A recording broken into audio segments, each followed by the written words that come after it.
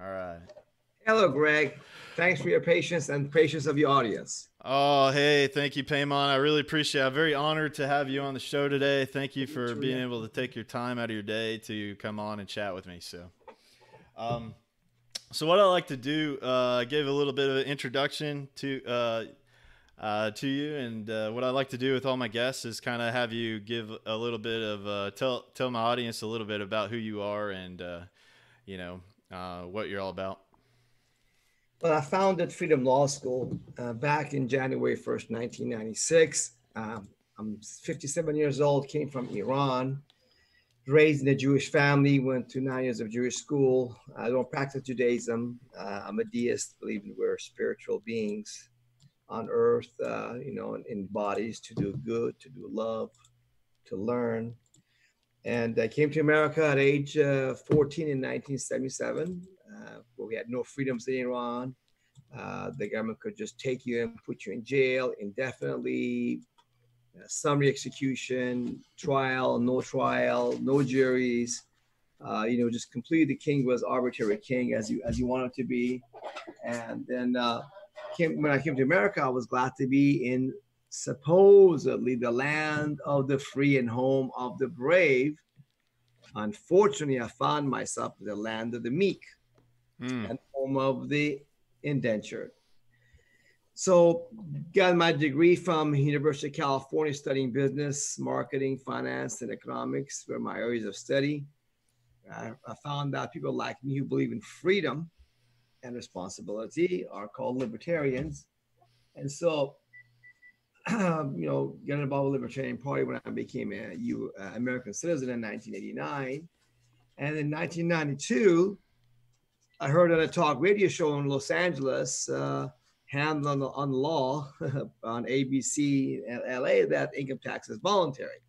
Okay. I found that that's quite interesting because I was a financial planner before that. I was setting up IRAs for people, sold insurance and securities and investments.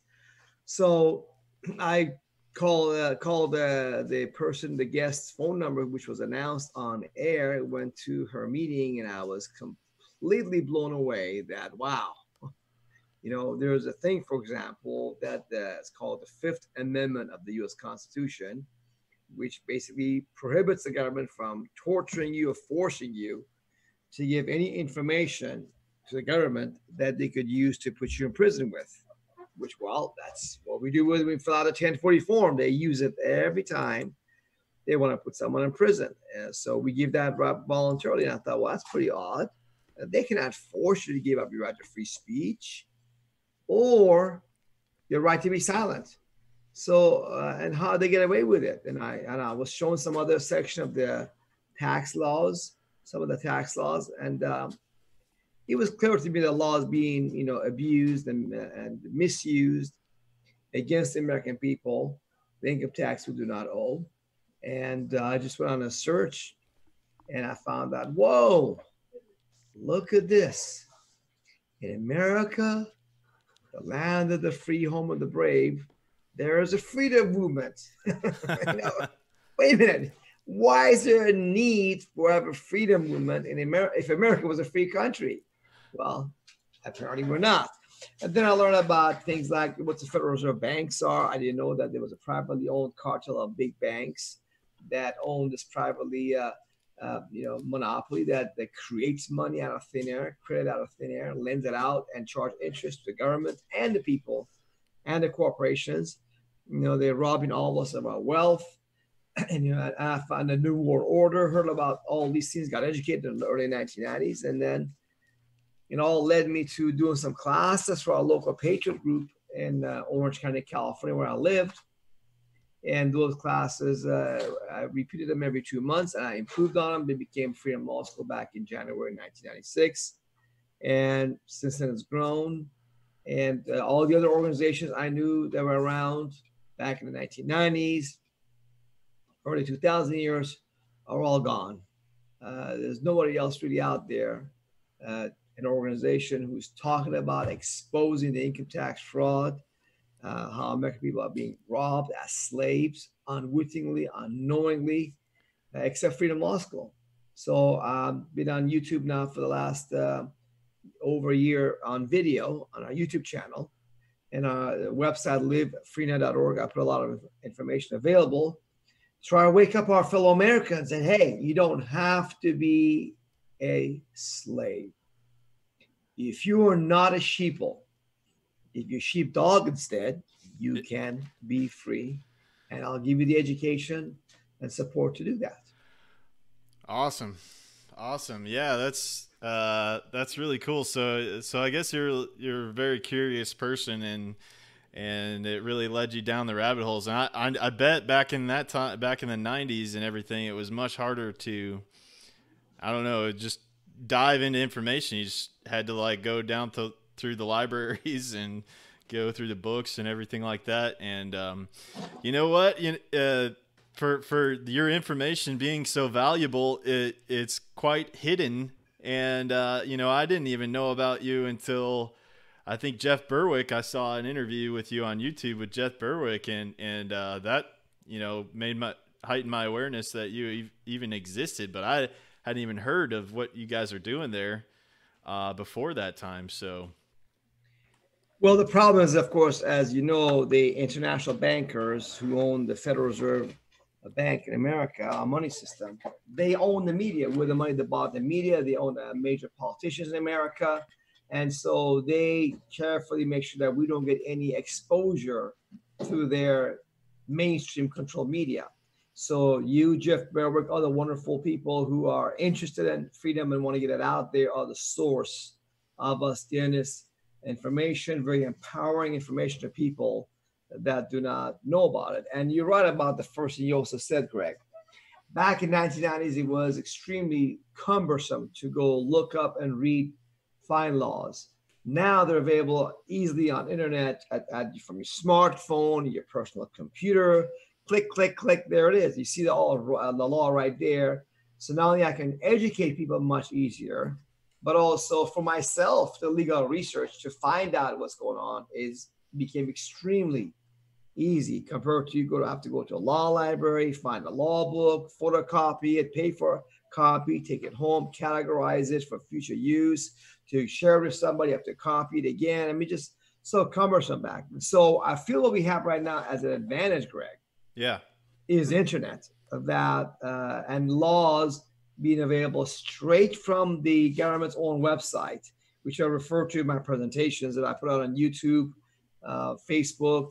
We're right now on BitChute again on there as well. More platforms hopefully soon, because YouTube one of these days may cut us off. So it's easy for people to follow and see, whoa, we have been hoodwinked.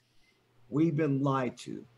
And we no longer have a government of the people, by the people, for the people. We have the government by the big banks and corporations and their people for their benefit. And we don't have taxation with representation anymore either. They represent those powerful moneyed interests. It's time that we get it back by not supporting our destruction with our money. We're actually paying our money, Greg, giving it to our enemies, our internal domestic enemies of American people, and the U.S. Constitution to enslave and destroy us. So therefore, I believe we have every legal, constitutional, ethical, moral right and duty to stand up against these thieves, liars, and enslavers. Absolutely. And that's all about that's what my show is about. And I'm really about giving people the knowledge to empower themselves so that they're not living in that fear state. And so, once you have the knowledge, then you're less likely to enter into a panic or a fear. And I'm all about getting self-reliant. And part of this self-reliance in the communities that I'm involved in, which is, the cryptocurrency communities, which are trying to get away or attempting to get away from, the system as it stands with the central banking system, are all people that, really need the tools to, understand what is happening so that they can be self-reliant and not have to be worried about somebody coming and knock their door down well, at least that be empowered with the tools on how to properly defend themselves. Mentally, mental self-defense, I guess is what I would say about that. So, um, so first question, kind of in the lineup here is are Americans required to file and pay an income tax? The short answer to that, Greg, is no. No law requires the average American living and working in the 50 states to Yep. file and pay income tax, period. And the law as written applies to those who live or are citizens of Washington, D.C., and to others, whether they're from California, Florida, Japan, or England, who have money or income connected through Washington, D.C. Those are the people the law at it is written by Congress and interpreted by the U.S. Supreme Court who are required to file and pay income tax. So employees of Washington D.C. is it? So who exactly is supposed to pay an income tax? I've dove into some of this stuff, and it's some of it relates to if you're considered an employee of the state of some kind. Well, the employee term that you find, for example, for Social Security tax, that applies to someone who's from either Washington, D.C., Puerto Rico, Guam, or American Samoa. They have these very specific definitions in the law, which are completely different from the common everyday definitions of you and I. And the courts have said the government can do that. If the government in the law defines dog as animal furry that goes woof woof, guess what? You see a dog out there, it goes woof woof. According to law, it's the cat. Because in law, they define a dog as being a cat. As incredible as it sounds, that is what they can and do. They use the term United States, for example, in the tax laws.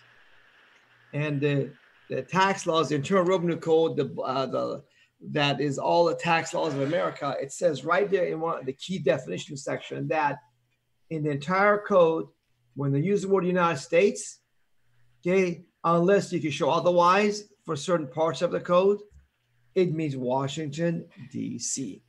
So, and then we found the regulations about these things that the U.S. Treasury comes up to further clarify the law that Congress wrote. They say right there, citizens or residents of Washington, D.C., basically, United States is D.C., wherever they may be, they're supposed to pay the income tax. And some other foreigners, non-resident aliens. What's a non-resident alien? Well, alien to Washington, D.C. That could be in Florida, Texas, or New York. They're all alien, okay, and to D.C. That could be someone from Japan, China, or Egypt, okay? So, but those people would owe the income tax if they have income connected to Washington, D.C. For example, someone works for U.S. Embassy in Japan. A Japanese works for U.S. Embassy in Japan.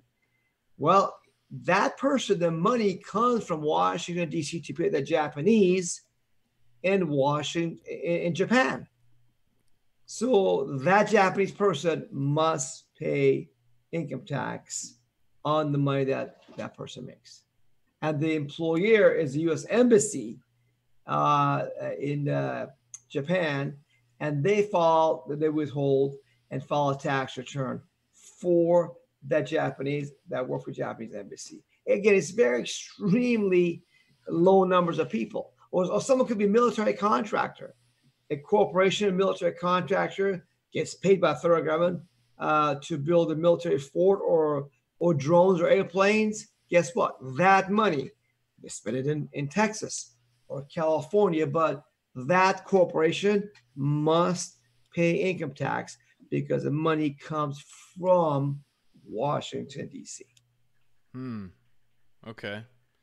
So, how How is how is the income even defined? Like, I know they define income in a certain way as well. Well, that's true. What it is that, because the U.S. Constitution, Greg, has some limitations on federal government's taxing powers, and because and income, it was ruled by U.S. Supreme Court to be gains or profits.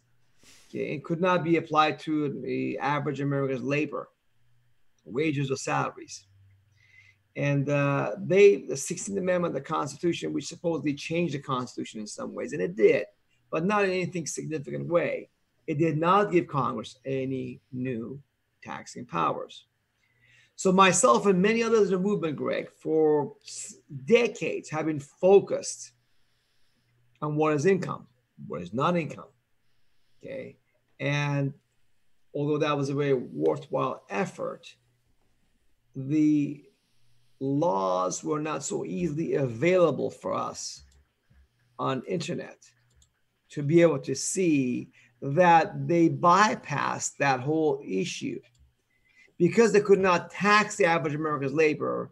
That traitor communist agent of the international bankers, President Franklin Roosevelt, he did an end run around this whole issue of what is income and not income, the limitations on the taxing powers of the U.S. Constitution. What he did, along with his lawyers, used a loophole that was created by a Supreme Court decision called Downs versus Bidwell in 1901, which basically said for taxing purposes, the federal government has unlimited taxing powers within Washington, D.C. and its territories, which are extension of Washington, D.C. So they wrote the law, the Social Security law, and then income tax laws to apply only in D.C. and maybe D.C. and territories. But they didn't tell the American people that it did not apply to them. They just allowed people and duped them and encouraged them, and then later on coerced them to filing and paying income tax they were not required to do. That's how the scam happened. Wow. So that's really deep stuff. I mean, that's something that's it's basically just been pulled up. The wool's been pulled over everybody's eyes, and it's kind of been shuffled away. So don't look over here, Right. Just like 9/11, 9/11 when it happened, we all assumed there was a bunch of Arab terrorists.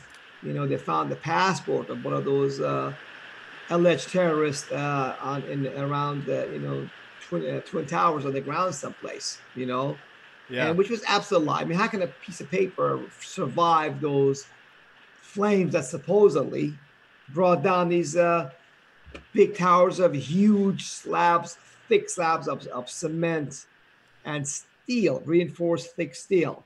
That paper wouldn't survive. A bunch of lies. But you go right now on YouTube, for example, and look up the videos of the Twin Towers falling down. They're all have been taken down. You will not find on YouTube any videos that shows actual collapse of the Twin Towers. They cover it up. They cover up the truth. Well, back then, they did not have to cover it up. Back in 1930s and 40s, there were very, very few law libraries and law firms that had federal law books available for them to check it out. So they just got away with it because nobody could look up the laws. Now it's different. Now I can show you in my YouTube presentations exactly the code sections, how the treachery and the betrayal of American people was done by Roosevelt and his cohorts. Wow. Very cool. Yeah, so even though these guys have this all set up as, it's pulled the wool over everybody's eyes, there's still an agency that, that doesn't really care. They're kind of, they'll come after you. So how do you stop the IRS from being able to take your stuff, like your paycheck, and you're dipping into your bank account or taking your property? That's a very good question. You know, Greg, for about 25 years, I've been focused mostly on that issue. And I learned from others that came before me, from Vern Holland, Dave Wellington, Sean O'Connor, Bill Conklin, Bill Drexler, others that you probably never heard about, that in the 70s, 80s, and 90s were around. And they had some successes on how to use the law to win. Bottom line is this. In America, Greg, we have a thing called due process of law, which is just as important as your right to free speech and your right to keep and bear arms. What that means is the government cannot, like most countries of the world, simply come in your home or your person and just take your stuff or put you in jail. They have to give you a trial with an unbiased judge or referee or a jury trial for you to challenge them before they do anything to you, before they take your money and your stuff. And you can still appeal that to one higher level of court. And that's what makes American system of law so unique in the world, that we have the right to challenge the government's action before they do it, almost always. Sometimes they do it and they give you the hearing in rare cases, but generally you have that right. And the thing is, we are not taught these things in high school or even university. I took 2 business law classes. I was not taught about these things. So by knowing what these government IRS letters are, when to ask for a hearing, when to challenge them, properly challenge them, how simple it is to challenge them, and then if they rule against you, go to the next higher level, that's something that I've mastered through the last 25 years or so. And unfortunately, these bookkeepers out there, accountants, certified public accountants, CPAs, have no knowledge of these procedures of law that give you the chance to challenge the IRS's action. They don't know that. All they tell you is just roll over like a puppy, and give more money to your accountant to get rich for the audit. But all that could be avoided. And look, someone comes to me clean right now, Greg. You say, Peymon, I want to stop feeding my enemies. I want to stop filing and paying income tax right now. And I will tell you this, Greg. I can guarantee that for the next 6 or 7 years, minimum, even if I mess up or lose for you, IRS will not be able to take not even $1 from you. Not even $1. Because I know the game, the procedure, how to properly challenge them. Tax lawyers know some of these procedures. Some of them do to some degree, but there's very few of them. They're very expensive, and they all want you to file and pay income tax, be a slave for them to assist you. Whereas Freedom Law School encourages you to actually be free, and I support people to be free. And you can be free. It's just that people did not know about Freedom Law School and the options that were available to them. Right. Yeah, it's crazy. So if people are paying their income tax, how does the country even run without an income tax? I mean, looking into it myself, I mean, the Federal Reserve can print money into infinity. So are they just laughing at us that we're paying an income tax? I mean, do they even need our money? Let me give you your 2 questions you asked. First is, how would the government run? How we have roads and schools and police and government services we're used to be provided for, right?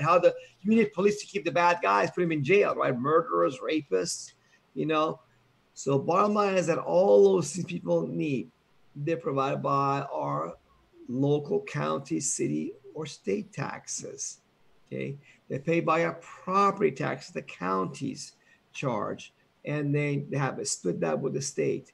the sales tax that you pay from your state, again, county and the state, that also pays for these things. Schools, same property, sales taxes, Department of Motor Vehicle car registration, driver license, those kind of taxes.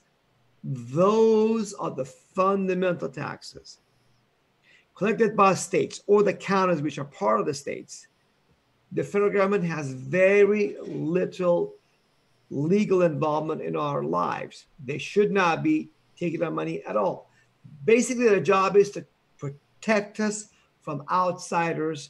That's the biggest duty of the federal government, and very few other things they should be involved in, which they can do all of that with less than 10% of what the federal budget is very handily. Even that's too much. They don't even need a 10% of what they're collecting right now. Okay. Now, so we know the federal, we don't have chaos. What people think, total, destruction without income tax. We did fine without an income tax up until 1913, for over 100 years, except a few years during Lincoln's war of aggression against the South. He had income tax for a few years that went away. So we don't need to those taxes alone. Life will be actually better because people are not reduced to poverty, forced to borrow from the credit card companies to pay for groceries and pay 25% interest as slaves to the banksters, because right off the bat, a portion of their wealth is stolen from them and going to the federal bureaucracy and wear and waste and wars. Yeah, it's just it seems it's complete. It is slavery. I mean, when you're taking the product of somebody's labor, you're basically stealing their time, or you're saying that you own them and you own their time, and so it's looking at how the game works with, they can just print money into infinity and just pay for everything that way, and it really, when you wake up to what happened in 1913, and a great book for that is Creature from Jekyll Island that G. Edward Griffin wrote. You can really, you see how everything was really hijacked at that point, but it was kept hidden from everyone. Right. And see, this whole money issue is banking is very closely related to the income tax issue. And unfortunately, it started with Abraham Lincoln with a war and got the Supreme Court to allow him to print greenbacks. Okay, we went off the gold. And then now they use that court case to create the Federal Reserve System and the money system. But you see, all the money, as you know, Greg, is created by the Federal Reserve out of thin air. And they lend it out at interest to the government, the people, and the corporations. They're sucking off, literally, the wealth of all of us. And that's why this debt can never be paid, because our money is created when the federal government borrows money from the Federal Reserve, and then the Federal Reserve, based upon that, creates or prints the money. So this way the banks can lend out and create much more money than before, when lending was limited by how much gold the banks had in their reserves, that they, based upon that, they could lend money. So that's why that scam was done. And the income tax system, by the way, it has multiple reasons. One is to punish certain parts of society and encourage others, help others, like they do right now. The stimulus check they're giving, they're bailing out airlines and many other big companies out there. And American people are getting little crumbs, cheese crumbs in the process. And so, but the other big reason for the income tax is to lower the amount of Federal Reserve notes in the system, to stabilize the value of them and don't have too much Federal Reserve notes in the system to create inflation, to keep inflation low. You just steal people's money. There's less money in the system. That's why they did that. And Ed Griffin talks about that. And Beardsy Rummel, who was the chairman of the Federal Reserve Board back in 1940s. In his speech, he explained that taxes for revenue are obsolete, by Birgit Rummel. At the website of attorney Larry Beecraft, famous freedom lawyer Larry Beecraft, he has that text of that speech there for people to read for themselves. Wow. So basically, when you pay an income tax, you are making the Federal Reserve note more scarce or whatever. Yes. Oh. Yes, exactly. That's all. That's all you're doing. You're just. That's the biggest thing you're doing for them. Yes. You're just perpetuating that fiat system. Yep. Exactly. But people, whenever they use credit cards or checks or online banking and getting away from cash, you're helping them to that cashless society where everything's online, and eventually want to put a chip in your hand, finger, wrist, or forehead. You just, put your hand in front of the machine, and wow, you just pay for groceries with that, with a waving of your hands. How convenient. But if you are a political enemy of these thieves, they can simply turn off your chip in your hand, and you can no longer buy groceries. So we should use cash as much as possible. Also, cash provides privacy. Whenever you use banking, the Supreme Court has said you give up your right of privacy voluntarily. So by using cash, you maintain your privacy, and you put off as much as possible this transfer to cashless one world government money that they want to do. Well, I mean, that's a big reason why I do what I do, is because I've really seen that the clamps are coming tighter and tighter on control in society, and my solution, I believe, is to really be as self-reliant as possible, grow your own food, start a cash business of some kind, and try to stay out of that system. Because if you have money in the bank, right, don't you sign on the fine print? There's something about like they own that money, really, No, not exactly. A lot of misinformation, half truths are in the movement, Bobby, Greg, and that's okay, because I got started with this half truths myself back in 1992. No, you just want to minimize use of the banks, and like you said, it is ideal if you can do as you suggest, self-reliant. Have some land. You can grow your food, your animals, your fruits and vegetables, and do something about something out of your home, barter.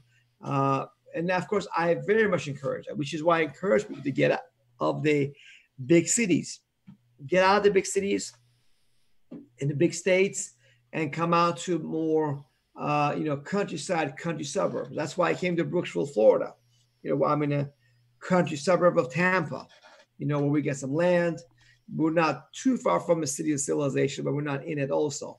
So yes, it would be helpful, and that is definitely one part of it. But then again, there's a lot of people that they, for whatever reasons, the family that they raised in, their relatives are all in the city. They can't leave their old parents or family so easily and go someplace else. They want or need to be close to them in the city. So I don't want to abandon our city brethren in the urban areas. Maybe in the future, another 5 or 20 years from now, they can make that freedom trek outside the city and urban areas. And so we got to help those people, educate them. Also, those people in the city work where the money is, and they can provide us a financial support that we need. Because somebody who works in San Jose, California, for Google or YouTube, he makes $300,000 a year. That's a lower middle class job in that area. That doesn't go very far over there. But put that $300,000 here in Central Florida, that goes a long ways. Okay, so we need to be able to help our brothers and sisters in the urban areas who support the freedom movement, who is rooted in the country. The founding fathers, most of them, were farmers, were ranchers, and they loathed the cities. They knew that's for communism, socialism, collectivism prospers. Even way back then, Thomas Jefferson, the second president of the United States, talked about that stuff back there. So I believe you're on the right track in promoting people becoming self-reliant. Yep. Yeah, it's one of my big goal is just just be able to give those tools to people. So for people that are working a job where they're doing W-2 and all that, and they have an employer, are there techniques that they can use to keep them from because now they withhold income tax from every paycheck. They take it out of every paycheck. So are there tools for people like that to keep them from withholding? Absolutely. At Freedom Law School's website, at livefreenow.org, which is named that because it's dedicated for those people who want to live free now. When you go to livefreenow.org, under the Educational Material tab, there are several areas they should study, but also there's a tab on how to stop income tax withholding. And there, I have sample letters for people to send to their congressman, along with a copy of the laws published by the House of Representatives and a Supreme Court decision where they say, look, the law that I found published by Congress and as stated by the Supreme Court clearly add up to the fact that me, as an American, I'm not subject to withholding, and my company I work for is not a withholding agent either. So if I'm wrong, let me know. And you guys need to stop this thing, by the way. You need to look at this thing to stop the IRS from intimidating employers into making us as slaves, as workers. So Congress has a chance to respond to you after 60 days. The instructions are send another letter to your company, employer, along with what you send your congressman, all three of them, the 2 U.S. senators and your 1 House of Representative member. When they cannot refute you, you send out to your employer, hey, this is right. That's what the law is. You must follow the law as written, Mr. Employer. Okay, I must follow the law as written. We all must follow the law as written. Do it. Stop withholding from my paycheck because the law says that only applies to non-resident aliens and other foreigners. I'm not them. So let's everybody follow the law and stop this withholding of income tax for people's paycheck stealing, which is at the core of the income tax system, is that people are stolen from the get-go, Greg, and now they're forced to file a 1040 income tax confession form, not a return, a confession form, to get maybe a little bit of it back. And that's what we have on our website at livefreenow.org for everybody to use. Wow, so it's a matter of taking action and just sending those statements to the congressman, and then you have to get their response and send that to your employer as well, and then you just have your employer just stop the withholding. That's right.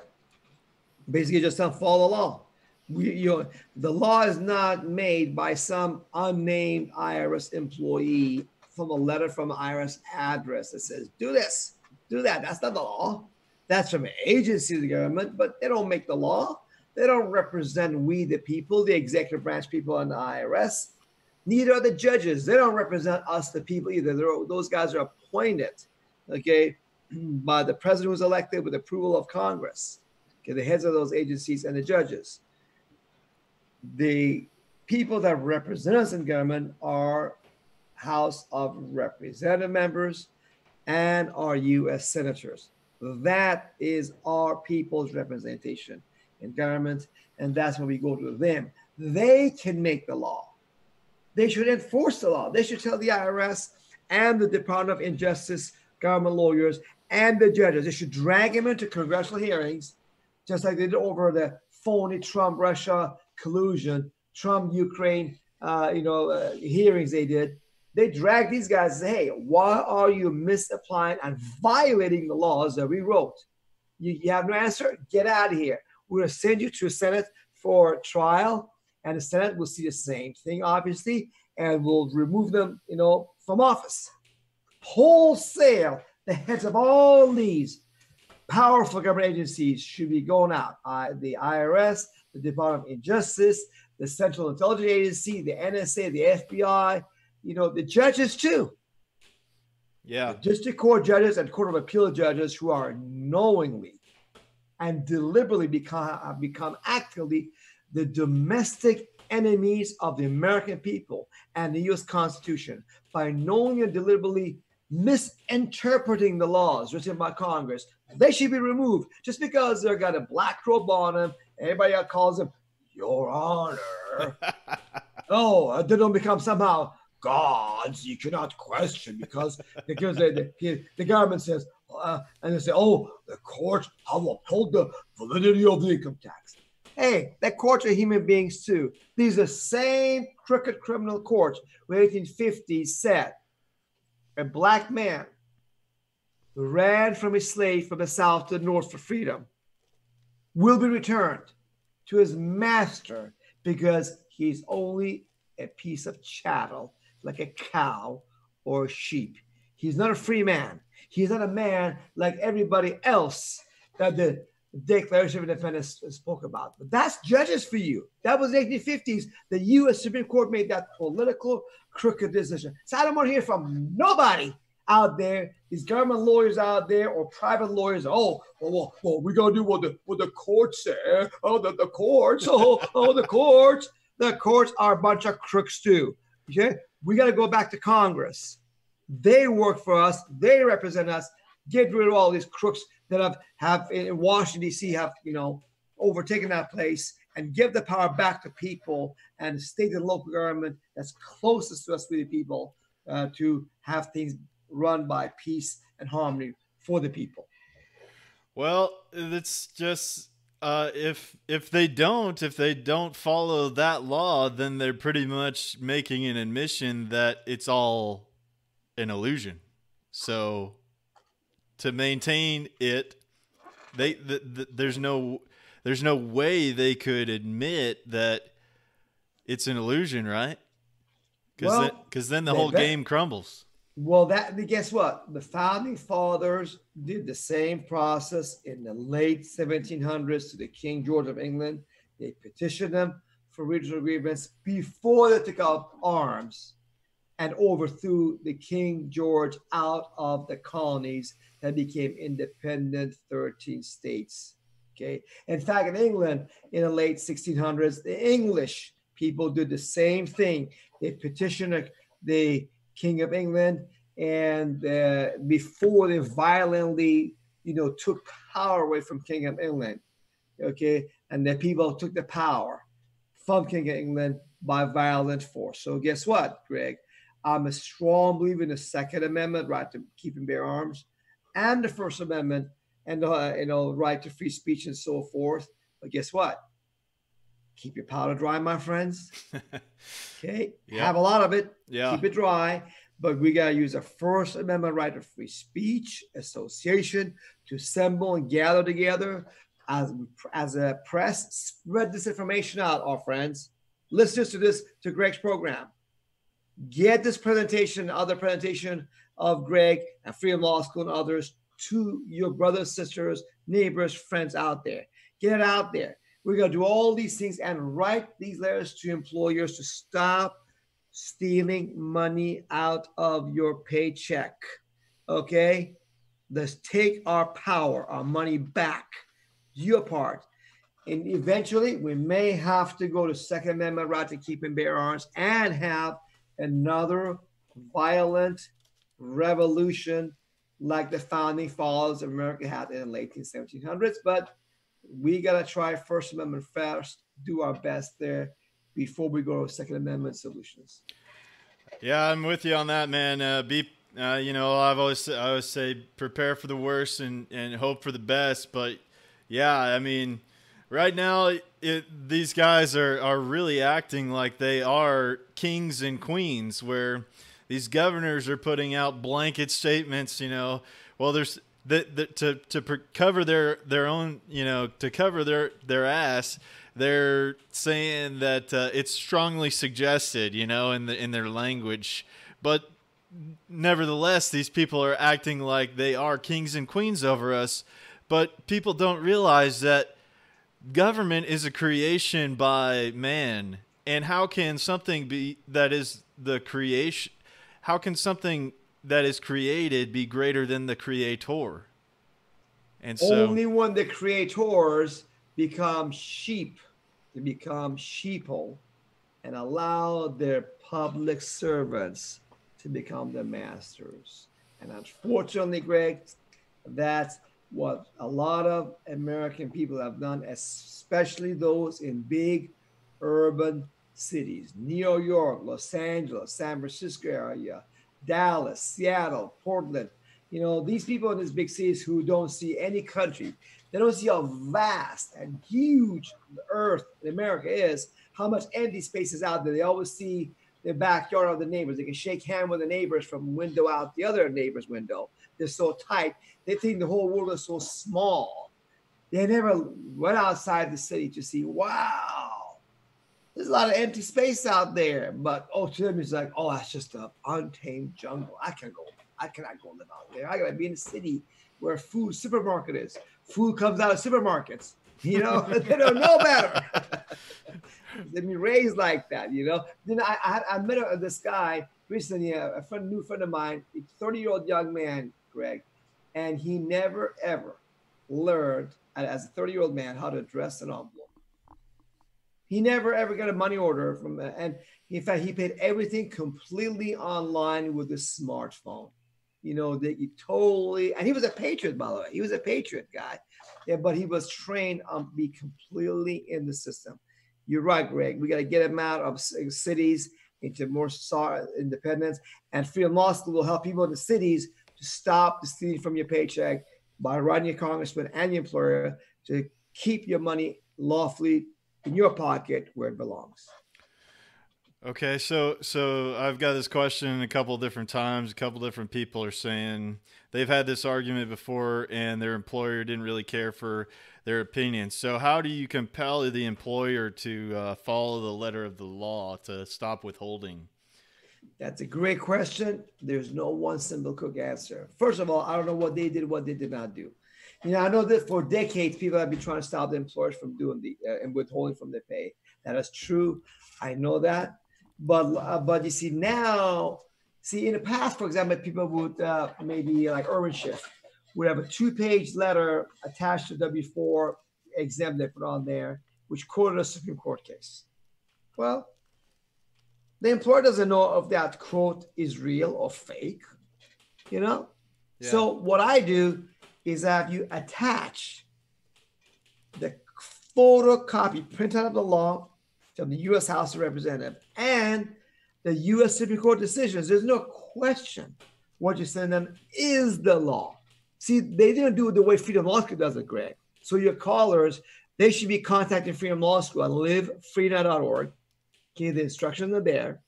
They check out my weekly broadcast, Freedom Hour, Thursday nights at 7 p.m. Eastern, which I teach a class and I answer these questions also for free every Thursday night. They should call in there and do the process. And even then with my letters, it's not guaranteed either. Because it depends. Do you work for Walmart? Some huge multinational corporation where everything's online with some unknown email person or your personnel department? Or do you work for a mom and pop shop with only 5 employees? Or small business with 50 to 500 employees where you have a chance to know the leadership of the company, the accountant, lawyer, owner of the company. You can meet with them, talk with them perhaps. See, there's no one size fits all answer. You talk to a small business owner, you can get through to them. You work for Walmart? I don't know, man. I'm not a magician. These big corporations are a big part of the problem. They are the part of the ruling class. Second, the big banks. It's the big banks and their corporations, their media, and their politicians that run it. So they don't want to go against the apple cart. So yes, if you work at one of my people, he's a trucker. Says, Peymon, I work for Walmart rather than other trucking company because they pay so better than other trucking companies. And I'd rather pay the income tax for them. And I have this good job. They treat me so well. I got to live here. Okay, fine. If you are willing to be slave and not even have to pay an income tax, you're better off at Walmart trucking versus an independent line trucker. That is your choice. But guess what? Everybody else, Greg, that doesn't work for those huge multinational companies. For you, all of you should wholesale be able to stop supporting this corrupt system. So eventually, long-term, the battle will be between the big banks and big corporations and their people who would say, hey, I get paid so much money working from Boeing, making $400,000 a year with benefits that I paid me everything and pay income tax, but I get paid so much anyhow. They think income tax doesn't matter. I'm still got a lot of money made working for the CIA, working for a big military industrial complex job. Fine. You guys pay income tax because you are part of the system. Yeah. The rest of us who are small, independent business owners, work for small business, guess what? We are going to become more competitive. But we don't pay income tax to businesses, neither do their employees. So eventually these small businesses will grow up and be able to overtake these big corporations who have to pay a lot more to their people because they have to pay the income tax. Whereas a small employer with 100 people, 500 people grew to be big, they don't withhold from their pay to the people. They get to be big and more competitive because they don't pay the income tax to them or the employees. Long-term, Greg, that's where I see things going, my friend. Oh, that's beautiful, and I really think that that is key and so empowering. And when you told me that in the when I took your presentation when I went down to Acapulco, I was like, yeah, this is something that everybody should be doing. That is working for an employer and take your power back, and it's something that everybody can do, and it's. Really, I think the agenda right now is to totally kill small business because look what's happening with this whole hysteria and shutdown that's going on right now. I think that's one of the big fears is really people taking their power and being able to overtake these large non-carrying corporations and things like that and really build abundance through local communities, local food, small business. And just take care of ourselves instead of trying to take something from somebody else. Well, you're exactly right. This coronavirus hoax hysteria, one of the benefits for the system is that they get to destroy a lot of small business. The big business will get bailed out with all the money they make with Federal Reserve out of thin air, with low interest loans. That's what they plan to do. They make us dependent upon this money system, the handouts, or the helicopter money. They just throw whatever they want to here and there. That's exactly one of the reasons they do that. But you know what? One of the good things about this hoax is, Greg, people are waking up. They're saying it's wrong. Today, I was at a health food store at the register. This guy, he's telling me about the coronavirus hoax. He doesn't like the mask they had him wear. It's a fraud hoax. He said, man, I'm with you. Look, I'm a leader in this stuff, talking about it. Here's my card. Get on my email list. Let's stay in touch. He said, yes. See, he didn't know. He gives the reasons to talk about this stuff. Other people. Folks, tell your friends about this coronavirus hoax. Hysteria is not a pandemic at all. They are the Center for Disease Control told hospitals in a directive. Basically, what it says is someone's in hospital for months of cancer, heart, kidney, liver disease, and diabetes, and all kind of other stuff. If he gets a cold or a flu, you can assume that contributed to his death, and the cause of death should be listed as coronavirus. Yeah. That is how they put those phony numbers when you watch mainstream cable network news, CNN, Fox News, and the others on next to the announcers, coronavirus death count. They have these phony numbers That put on there because they're counting old people dying of all kind of old diseases as being a coronavirus death. So guess what? People will find out they've been lied to. They'll find out they've been deceived. And guess what? They won't like it. They won't like it when they find out they've been deceived in this area. They were put out of work for weeks and months. They were hurt. They almost lost their home. Maybe they did lose their home. That all this hardship they went through. They're not going to like that. And guess what? Those people now are open to listen to you, my friends. That, you know what? Maybe they'll lie to you, not just about that, but about other things as well. And that's where more people come into our ranks, when people are pushed to become awake, Greg.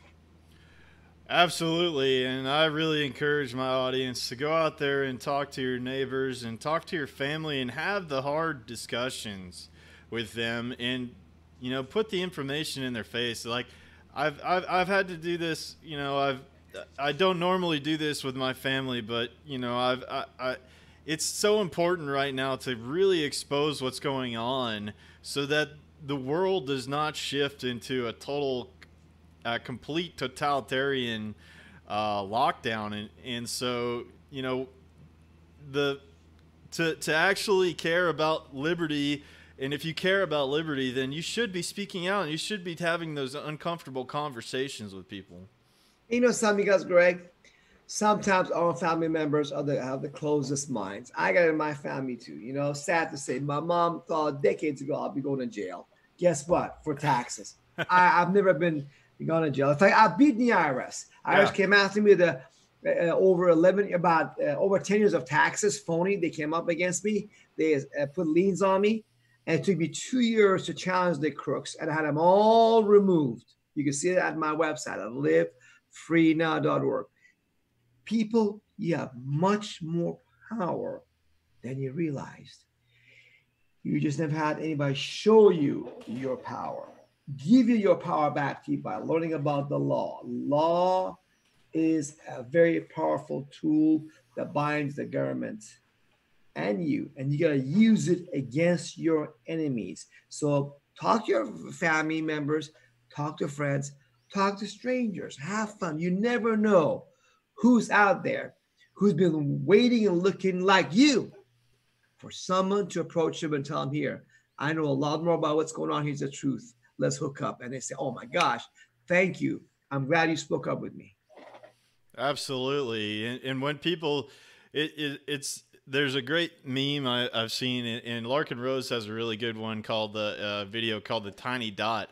But anyway, it's just really showing that, you know, once one person puts their neck out there and starts actually, you know, pushing back and stuff, that really inspires a bunch of other people to come in and join. So you gotta be the one. If you see this stuff, you know, your actions are seen by others, and they're really powerful. And so it's really good to do that. So yeah, that's what I was about. That was the question I was about to ask. You just covered it. Is that you've been running a business, and you know, it's one of the big things that popped into my head when we were talking about this whole thing, when you gave your presentation. And what shocked me was that the IRS just doesn't have the capacity to go after non-filers. They just can't. They've admitted it, right? Oh, they've admitted for years that they have very limited resources. They have about 80,000 employees. Used to be 100,000 a few years ago. They're down to 80,000 people. And as of about a year ago, almost half their employees were eligible for retirement. The oldest, most experienced employees were eligible for retirement. They're keeping them around by hook and crook. Their computer system are antiquated. They still use COBOL. That's a 1970s mainframe business computer program. I studied in college in 1980. I remember that. Back in late 80s, IRS was saying we need to update our computers. They never did it. They kept kicking the can down the road. Their computer systems are falling apart because, as you know, it's much harder. The more you don't change the programs, update them sooner. When you want to update it to a much later program that was developed decades later, You can't transfer that knowledge between a very old legacy system and a newer stuff. You just can't do that. The system is literally falling apart, and they're coming after everybody less, but especially non-filers. They've reduced because IRS says it's not financially feasible for them to come after non-filers. It's much more profitable. It raises a lot more revenue for them when you file a 1040 income tax confession form, my friends. And then they come and harass you. They audit your 1040 form. Show us this, show us that, give this receipt or that. You know, it's a lot easier. Why?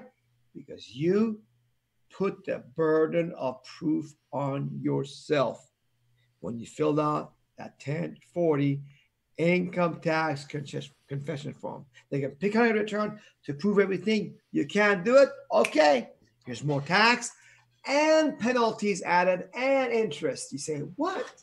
What did I do? Well, you're the one that gave them that much power by filling out that 1040 income tax confession form. So when you stop hurting your head, you stop hitting the wall with your head. Stop filing those 1040 income tax confession forms myself. That's a start. Then go to livefreedom.org. Get educated about this stuff. Go to our YouTube channel, Facebook, become a fan of Freedom Law School at Facebook, on other social media, and stay in touch with us. We'll give you the knowledge. We'll help you write your congressman about this stuff. Well, you know, Greg, I even help defend people against the IRS. People ask me over the years, Peymon, you know, I appreciate the education, but I need some help right now. IRS is harassing me, stealing my money. Can you help me? Finally, in 2001, I said, fine, I'll start offering that as well. You know, help people in need of situation or they want to plan ahead. We have also like a legal defense fund kind of a thing where people pitch into it to protect everybody in the plan. But really at the core of it, Greg, we need, and I want to educate as many people as possible because that's the key to winning this war. Absolutely. And you know, it's just another key for being self-reliant. There is, in my mind, is that, you know, right now what they've done with this whole halting the economy, it's really like put a pinch on people. If you didn't have some kind of, if you're not self-reliant in some way, then you really got a super pinch on you right now, because they're only issuing these checks, even though they're just a pittance, and they're bailing out all these big corporations and stuff like that.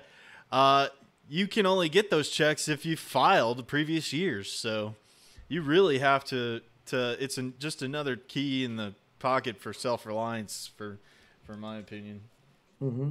So yeah, that was going to be my question to you,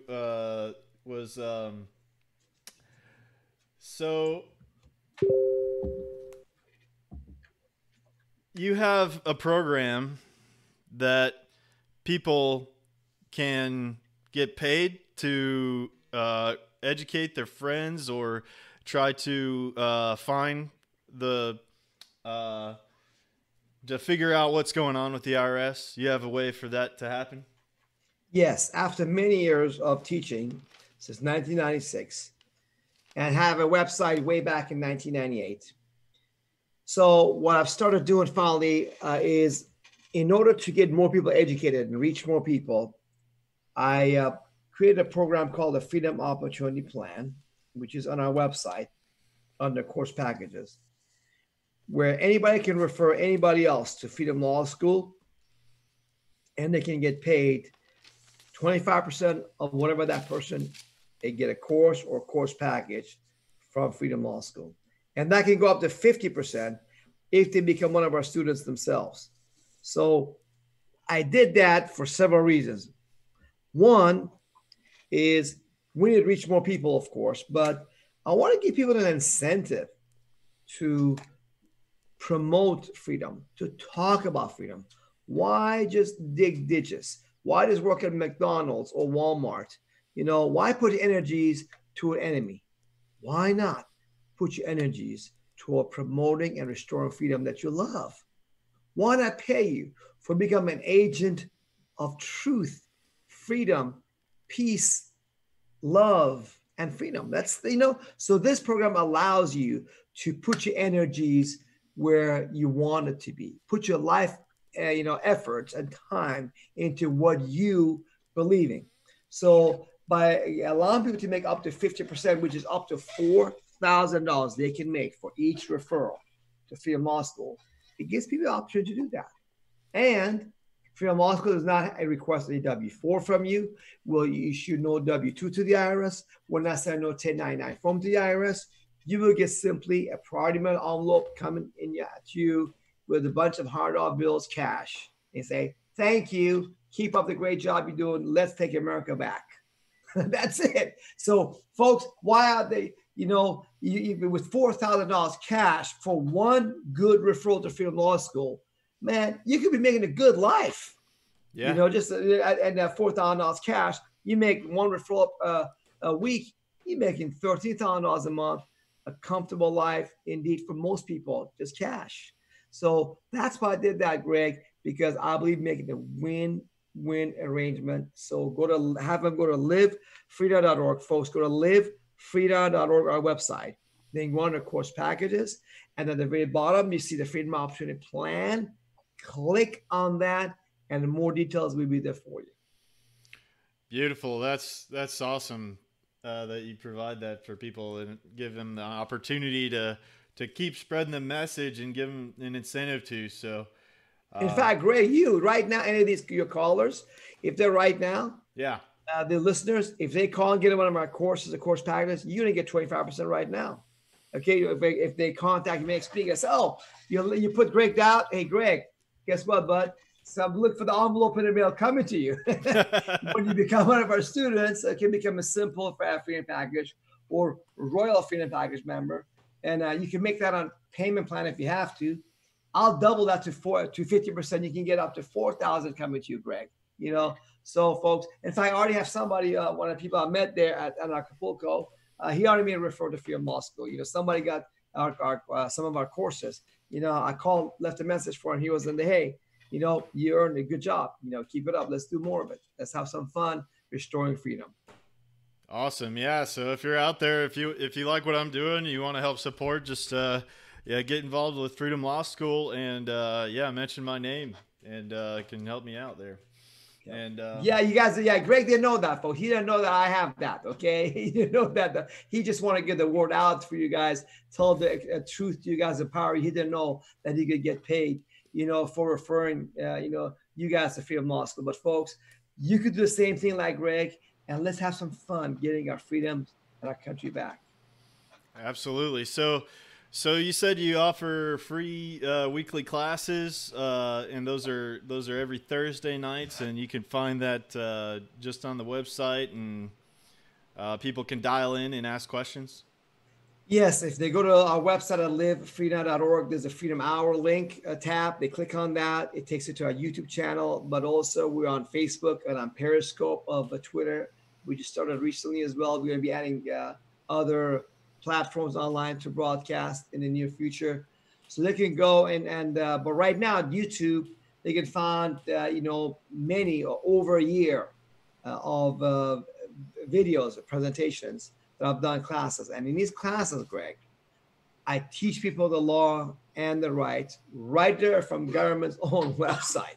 Okay. So the IRS who spies on me, there's nothing they can do to try to shut me out, because I'm just teaching people the law and the rights that should have been taught in high school, that they need to know to follow the law correctly. And so, yes, I teach the class first for maybe 45 minutes, an hour. Then I answer people's questions free of charge, because I'm very busy. I charge a lot for my time, and a lot of people don't have much money, Greg. I want to help everybody. So people, are poor, they're on unemployment, they make minimum wage, on Social Security, disability. Hey, look, let me try to help you for free. At the end, at every Freedom Hour, at the end of it, I'll do my best.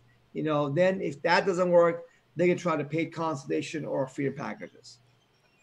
Right on. So yeah, speaking of this whole hysteria and everything that's going on right now, so what are you seeing in your local area, and have you got your garden going yet? Well, we're in the process right now of clearing some more of our land, and so we're planting trees very soon. I got a bar to go over there with one gentleman who says, "Hey, let me become part of your Royal Freedom Package program. You take care of everything from me, defending from IRS, whatever comes up, the letters are done. Your criminal legal defense fund that pays for my defense, unlimited consultation, education, courses.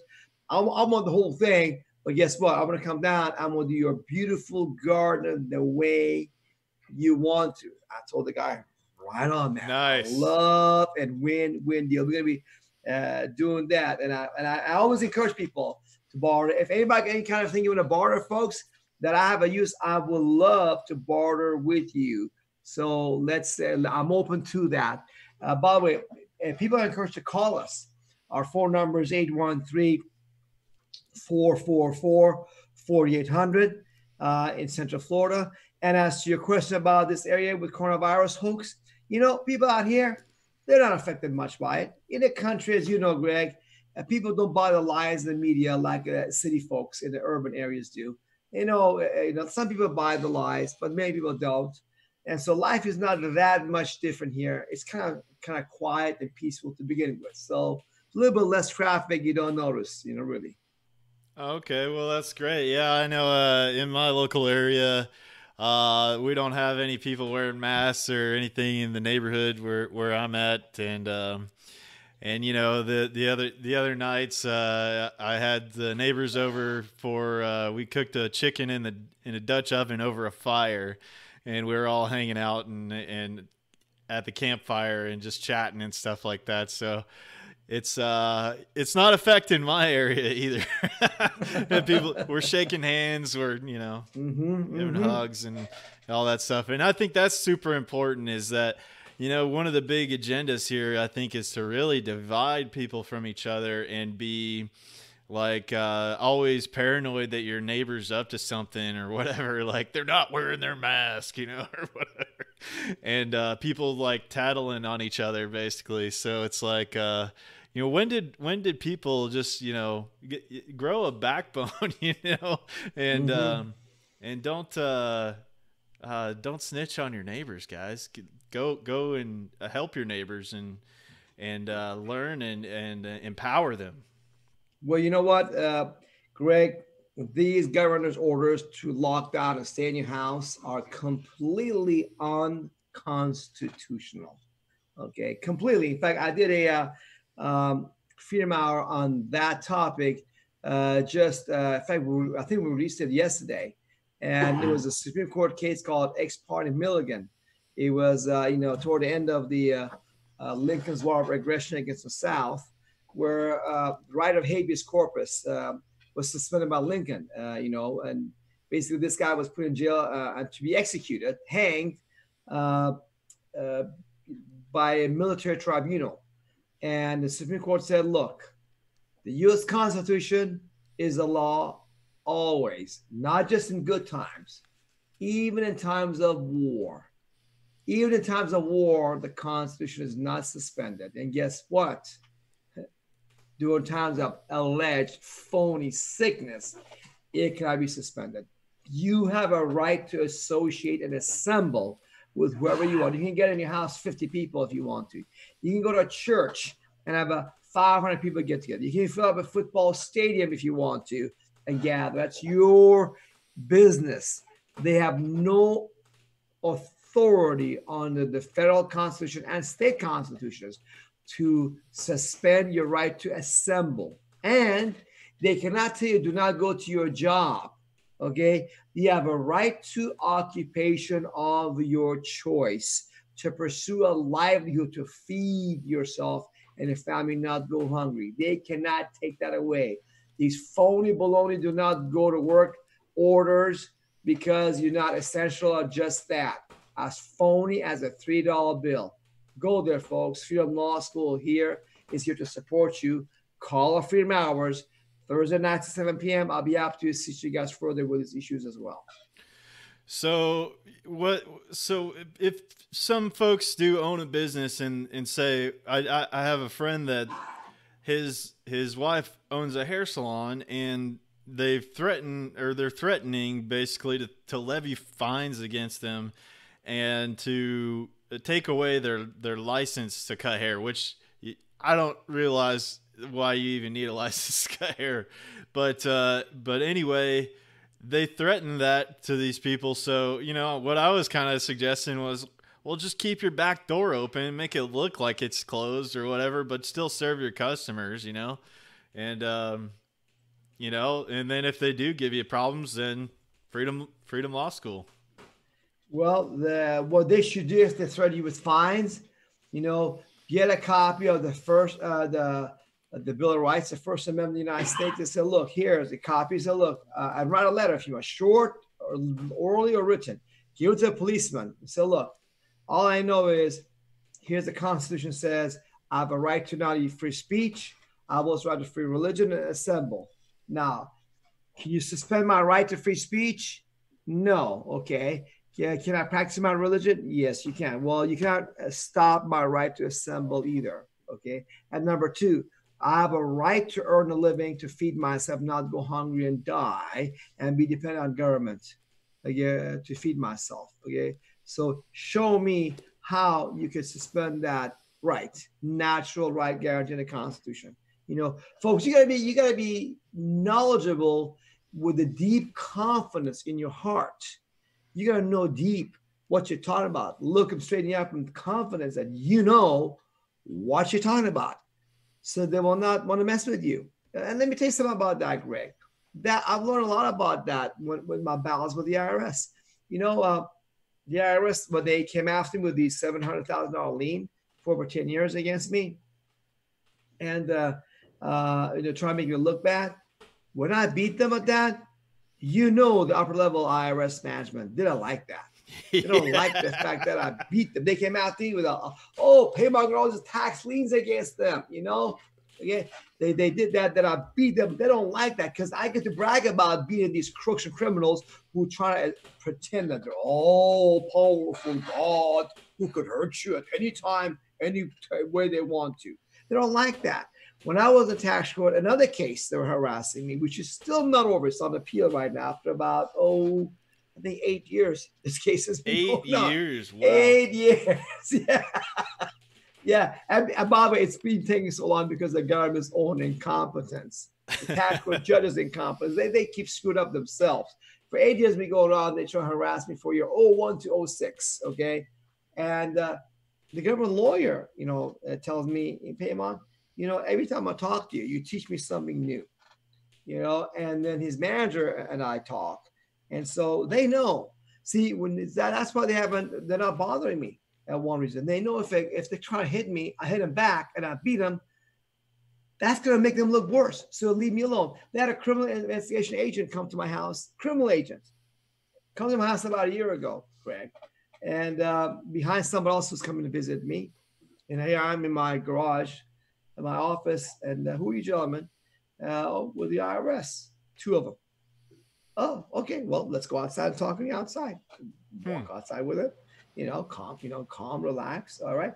Of course, they try to tell me, read my rights, that I have a right to be silent, get a lawyer. I said, okay, thank you. I appreciate that. We can talk about it. Go ahead and talk. Very calm, relaxed. And we talk. Okay, well, what is this about? Well, we're looking at you for tax evasion. Now, the average person hears that. What? Couple of government agents are here in my house telling me in my face that they're looking to put me in prison for tax evasion.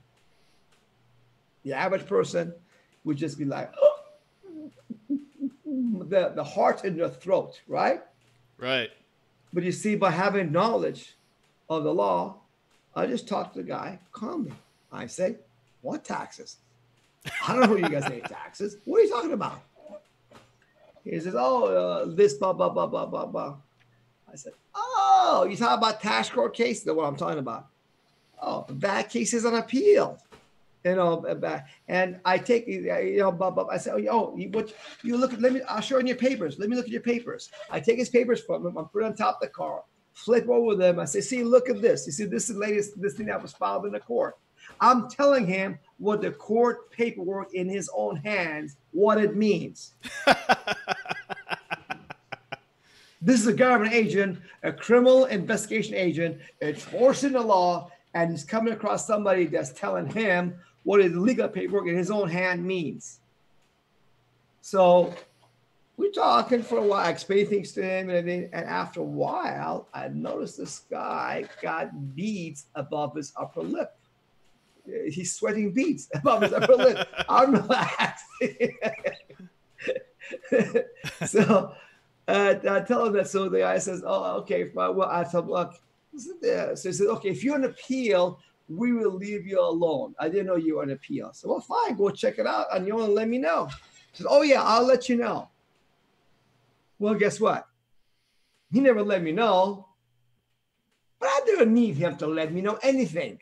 I know the case on appeal myself. He had to find out for himself what's going on. So, and the whole incident was just another, little fun experience, because these government workers, Greg, they are just other human beings like you and me. Absolutely. They're not these powerful people think they are. They're just people that could not start their own business, could not get their own, get a job in the private sector, some satisfying job. They had to make a living, and they found the job listed by the IRS. Well, it's a living. At the job, pays the bills. They got it. They don't want any trouble. They didn't go work for the government, the IRS, to have confrontation and and all this stuff. So they just figured, you know what? I'm just gonna leave this guy alone. Yeah. Bear this somebody else. I'm busy with other cases. You see, the more of us, Greg, learn the basics of our rights like that and approach these guys calmly, peacefully, with confidence, they know. Don't mess with Greg. Greg is one that knows his stuff. We go beat him, he's going to beat us back. It's going to be even more embarrassing for us. Well, let's just leave Greg alone to begin with. Yeah, and I've kind of been in the groups that I've been talking in and stuff like that. That issue has come up, and there's many forms of self-defense. You have your physical self-defense, and then you have your mental self-defense. And I really think it's a good idea to kind of understand like Sun Tzu's Art of War, because it's a war, and you really have to arm yourself with the proper weaponry. Exactly. And so again, Second Amendment right to bear arms is very important. But Greg, now let's face it, in real everyday life, you're not going to have a deadly physical confrontation with a gun with somebody, okay? Like you said, Greg, you live in a nice neighborhood, you have a relaxed, friendly, rural environment, friendly neighbors. You're not going to use your guns, okay? If something's going to happen, it's going to be settled peacefully in the court of law, in the system of law. And when they see that you know what you're talking about, that you know your rights, they're going to say to themselves, I don't need any trouble with this guy who seems to know and have his act together a lot better than I do. Let me leave him alone and go after a lot more easy prey out there that are weak, vulnerable, and I can scare them. So if they feel that inner confidence that you have, Greg, just the way you speak with them, you look at them, your body language, but right there, they're going to know, let's leave Greg alone. And that's what you want. Yeah, that is one big thing when you look at like thieves, like and people that like to prey on other people. They don't like hard targets, what's called a hard target. So, when you arm yourself with the knowledge, you become harder to mess with, and you get passed over. Yeah. Mm-hmm. Yep. So be a hard target. Yep. And that's what I want people to be, Greg. And so the more we grow this community and the more we can support each other, the more we get encouragement to talk to others. And guess what? That's when, Greg, your audience will want to become ambassadors of freedom. Every one of you, my friends, I invite you to become ambassadors of freedom. Tell other people about Freedom Law School, and I'll pay you as ambassador of freedom, taking a message of freedom, peace, love, prosperity, and joy with everybody around you. People are going to be closed-minded. Fine. Let them be. Go to the next person and the next person. Have fun. You don't know who is going to be the next person who is ready to listen. Right now, with the coronavirus hoax, a lot of people are upset about these lockdowns, these phony baloney lockdowns. Go talk to them.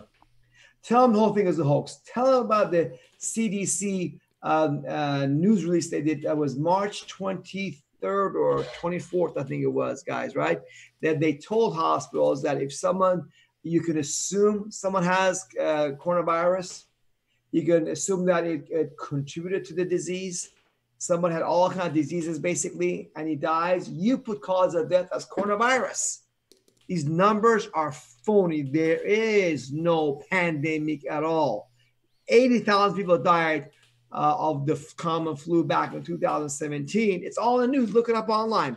Type in 80,000 people died flu 2017 on your search engine. It'll come up. And show that to your friends. That was over 200 people a day. How come nobody made a fuss about that at all? And here we got less people dying. And it's all phony anyhow. The kind of people are dying of cancer and liver and kidney failure as coronavirus deaths. And once they see that they've been lied to, you can show it to them right there. You can watch this, folks, at Freedom Law School's YouTube channel. I did recently several videos on the coronavirus hoax. Just a few, but those are good ones on point. Check them out. Send them to your friends. And they're going to see, whoa, you are right. This thing is not a pandemic. This is a hoax. We've been lied to. What else are being lied to? And they're going to believe you now because you are the source of truth for them, my friends. Okay? And we're going to bring more people along our ranks, Greg. Yeah.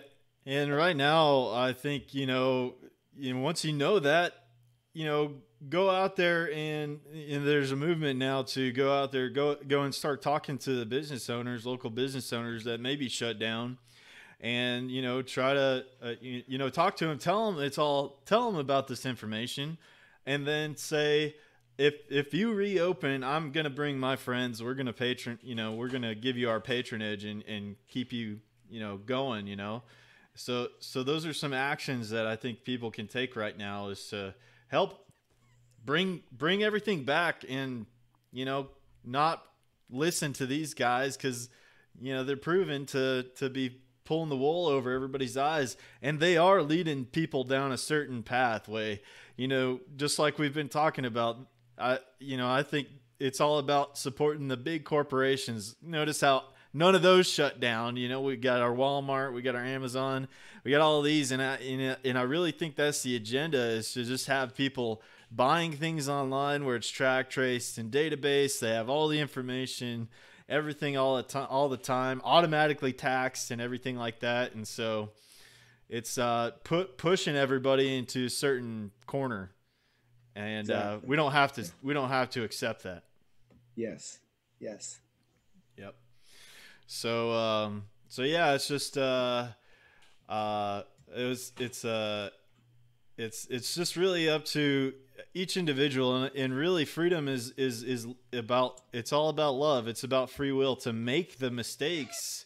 If people are assembling, make them why do you have to protect people from themselves, right? Like if people are going to go out, have the knowledge to take care of your own immune system, boost your immune system, and then make the right make your own decisions on how you're going to go out and interact. And if you're sick, you want to get better, you stay home, get better, and don't go out into the public. Right. Exactly. Bottom line with this whole battle for freedom, is about, they have lots of money, lots of power, with deception, lies, and fear, they control you. Opposite of love is not anger, it's fear. We love the truth. We love freedom. We don't have a lot of money. We have a lot of power, but we don't realize how much power we have, Greg. So your listeners, all they need to do is recognize that God created them as human beings with lots of power. It's our right, our duty to seek the truth with the love in our hearts that you're seeking the truth. Go with that love in your heart and keep searching with that for the truth. And that truth not only will have you be free, it'll also bring you more prosperity, peace, and joy as well. Absolutely. Absolutely. And one of my favorite quotes of probably all time is that the truth is belligerent. The truth itself is belligerent. It wages war against all forms of deception and mind control. And so once you know the truth, it's that seed that gets planted. And for what another great quote, I believe the Greeks, was Greeks that said it, that to plant trees whose shade you may never sit under. So maybe we'll never see, the liberation from the slavery system that we see right now, but we can plant the seeds and get the trees to grow. Yep. And the thing is that, things I did, Greg, at Freedom Law School is I want to give people the practical everyday tools to live free. It's not just this woo-woo philosophical thing, which is nice. Don't get me wrong. It's important to have the good fundamental philosophical underpinnings, foundations. But it is also important to give people the everyday tools in real life that people need to know, to come across, to help them live free. And that's why I latched on to the income tax issue when I heard about it back in 1992. I was a Libertarian Party activist, Greg. And I saw the Republicans, Republicrats, same thing. They're all owned by big banks and corporations, just about all of them, except Ron Paul and a few others. And so that being the case, I thought, well, if we don't have to pay and file income tax, we can put that money to give to libertarian freedom candidates to get our country back. And that was my initial thing, and still is. We don't pay our money that we do not owe to our enemies to destroy us. Let's keep the money that lawfully belongs to us, spend it on our families' lives to improve their lives, save up for our future, for our retirement, for our children's future. And a portion of that we can also want to give to good statesmen, someone like Congressman Ron Paul. My favorite congressman is Thomas Massey of Kentucky. I love that guy too. Yeah. I always tell people I want Massey for 2024 presidential nomination. We need people like him because he's not a Ron Paul. Support him, but we need money to support. They need money to get the word out there. So why not do that? That's what you feel like doing it. You want to do it. So do it. It's your duty, it's your right. Do it. And Freedom Law School will support you with many tools available for you in your quest for freedom. Absolutely. And I really am completely honored to have you as a guest on the show, Peymon, and I really appreciate you being able to take your time to really go in depth into this today and share your knowledge and all your experiences with my audience. And I just really value your time. And we're coming up on the end of the show, and I'd like to leave you with any final thoughts and what you would like to leave with the audience today. Where people can find, we've talked with livefreenow.org, and shared your YouTube channel. But if you just want to remind everybody, go when you go to livefreenow.org, folks, Go and sign up be on our email list on the right hand side. We will mail you at no charge a Freedom Law School's expense, a Freedom Education package by mail. Okay, it costs us $5 to create and mail, but it's yours for free.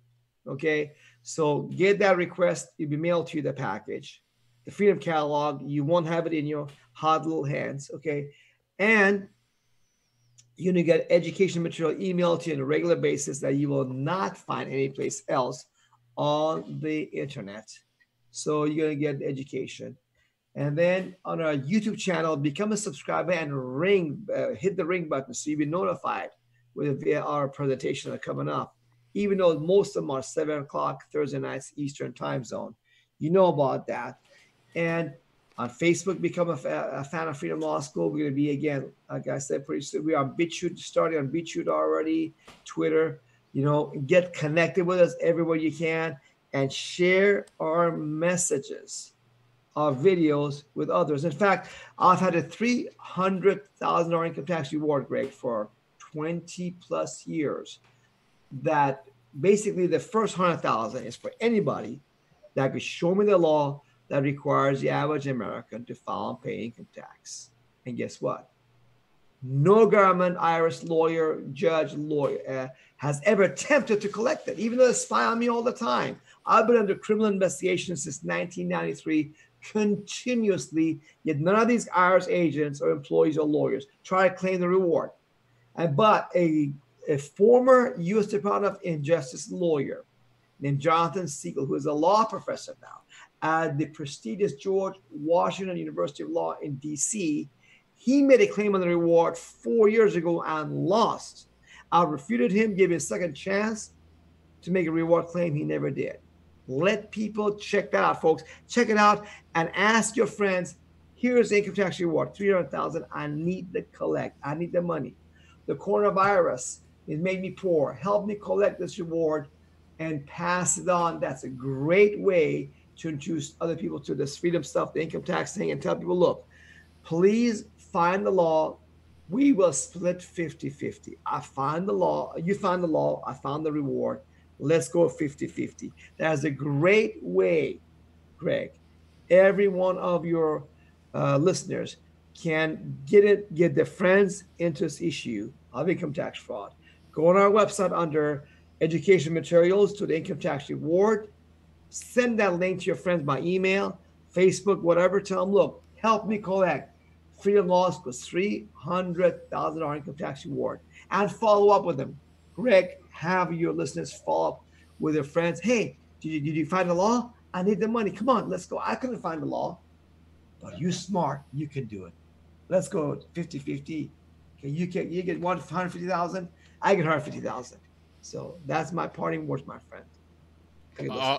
Awesome. Thank you so much. And yeah, I challenge everybody to get out there and to go and check out Peymon's information. I will be spreading the message far and wide to everybody that I have in my social media and everything like that. So empower yourselves and really don't be in fear, but empower yourselves with knowledge and live in confidence and love. And so appreciate everybody for hanging around for this week's episode of the podcast. And we'll catch you guys next week. And stay tuned for Crimson Clad Show, Steamwave Saturday, and where she goes over what's going on in the crypto world here and all the new information that's coming out and keeping you guys up to date. So stay tuned. Peymon, thanks again, brother, for making it on my show, and I really appreciate you. You're welcome, Michael. Thanks for having me. All right. We'll see you guys, and this is I'm gonna play you guys out with a track by Divine and Junk Feathers called Awake. So we'll catch you guys next time. Peace.